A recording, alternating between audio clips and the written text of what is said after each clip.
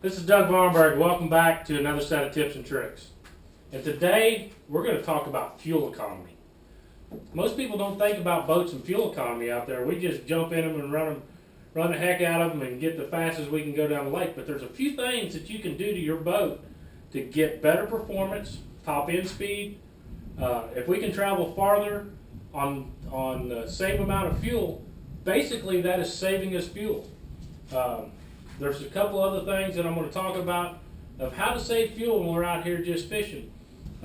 One of the most important things is propping your engine right, your jack plate settings, and then we're going to talk about tackle management and how you load your boat. Are three key things as far as getting the most out of your boat. Now, one of the things that is key for me is I have learned that different props are different for better water conditions. In the spring, the winter, when the water is cooler, the air is cooler, the old Yamaha show can produce a lot more RPMs, and we can turn a bigger pitch prop, like this FXP 26 from Turbo Prop.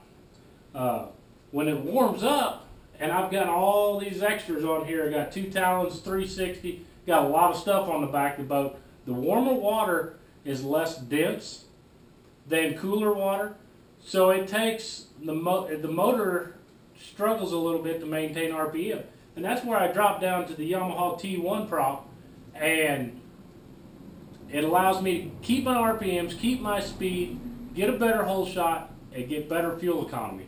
So we're going to take off our prop, switch it out here.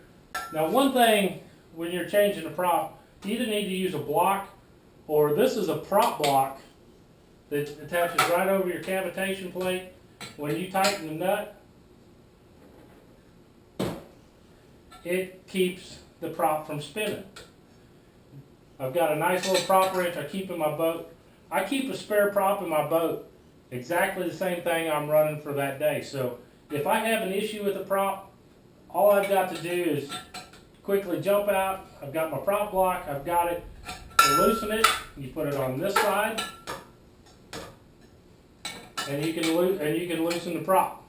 To tighten it, it needs to be on this side, and you just get the blade against it, tighten the heck out of it, and then you put your cotter key in.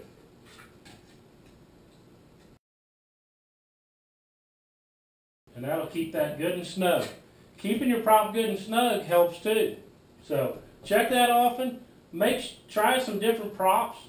Try the FXP. One thing that I do is I've got a good friend of mine, John Clark, down at John Top Props. And when I find a prop, I get my RPM numbers, I get my speed, and I call John and ask him, is there any more we can get out of it? And normally, he can customize a prop to get maximum performance, which is going to get you maximum mileage for every droplet of fuel. We've climbed up in the boat now, and we're going to look at our storage box and see where we can get weight out of the front and try to move it to the back. Because one thing about an outboard motor, the first horsepower is to try to lift the boat. The next horsepower is try to push the boat forward. So if we can make it easier to lift the boat, it's going to allow more horsepower to push the boat, which is going to give us better fuel economy. It's going to give us better top end performance, and it's going to make your boat run like it's designed to. So we're just going to look into the boxes. There's not much we can do with the rods. I mean, we got fishing rods. We can either put them here or there. The only thing you can do is cut down on what you don't need for the day. Just take what you need, take a couple extra spares. But I carry a lot of rods.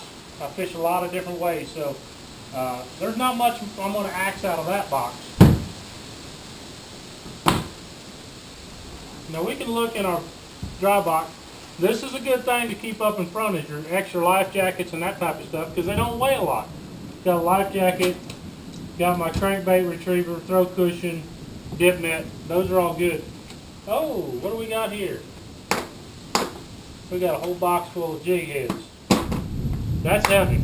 Jig heads are one of the things, if you can move them to the back, let's move them. Here's another big old box of jigs.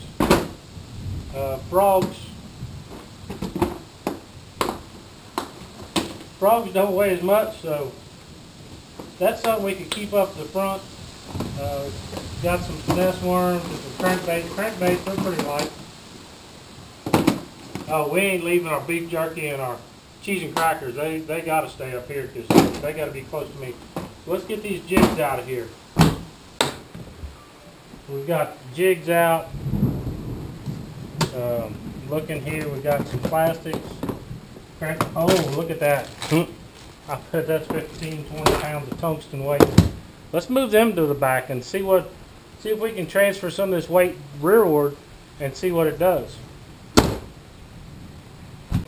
We've got some of our box out. Using these back boxes, we've got a lot more room. There's plastics, some more plastics.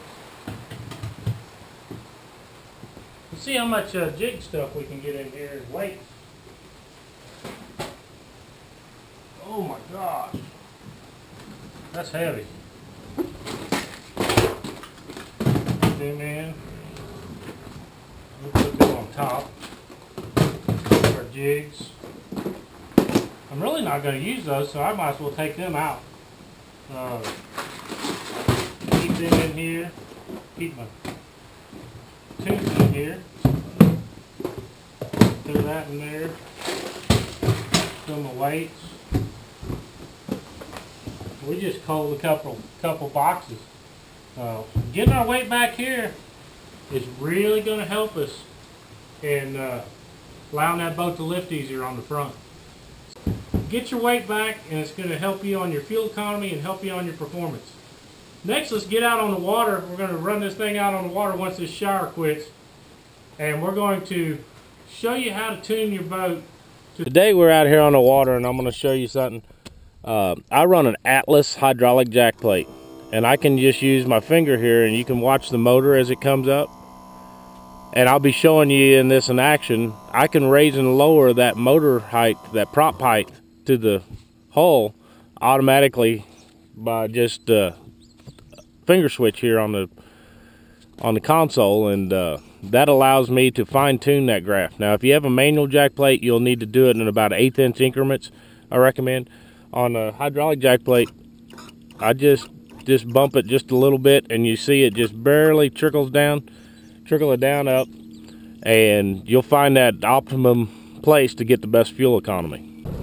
Now on my console, on my right hand, I have a blinker switch for the hydraulic jack plate, and I have a gauge right down here.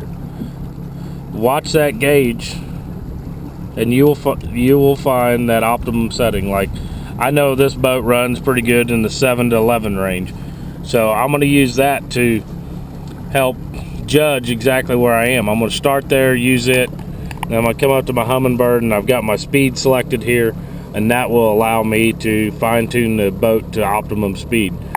You watch your engine RPMs, and I'll show you this up on pad here. On the other side, I've got my trim switch. This trims my motor up and down, so I can trim up and down. I can jack plate up and down with this side to get that good balance and get that optimum speed every time I'm out here. That's one of the big benefits of a hydraulic jack plate.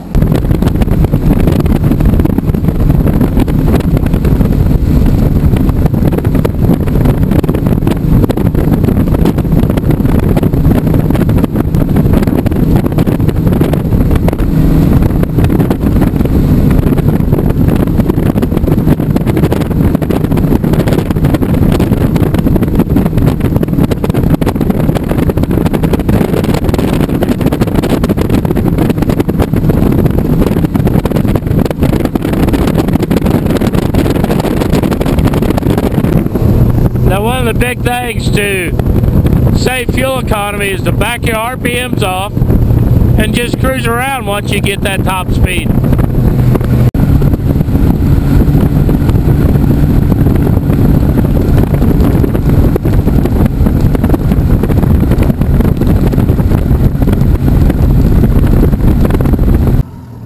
Now, one of the things you can do, we were showing you, watch your speed here and just jack this up, just tap, and that'll start raising that speed up. run your trim and your jack blade and watch your speedometer, and that'll help you fine-tune your boat exactly to get the best performance. Then I backed off to about 5,000 RPMs, and that really saves a lot of fuel. If you can back off 500, 600, 700 RPMs and get a good, decent speed when you're out here just practicing or playing around on the lake, it's really going to save you a lot more fuel. I appreciate you tuning in to another set of tips and tricks, and to learn a little bit how to save you money on the water so you can get out here and enjoy it a lot more. Thank you, and tune in next time to another great set of tips and tricks.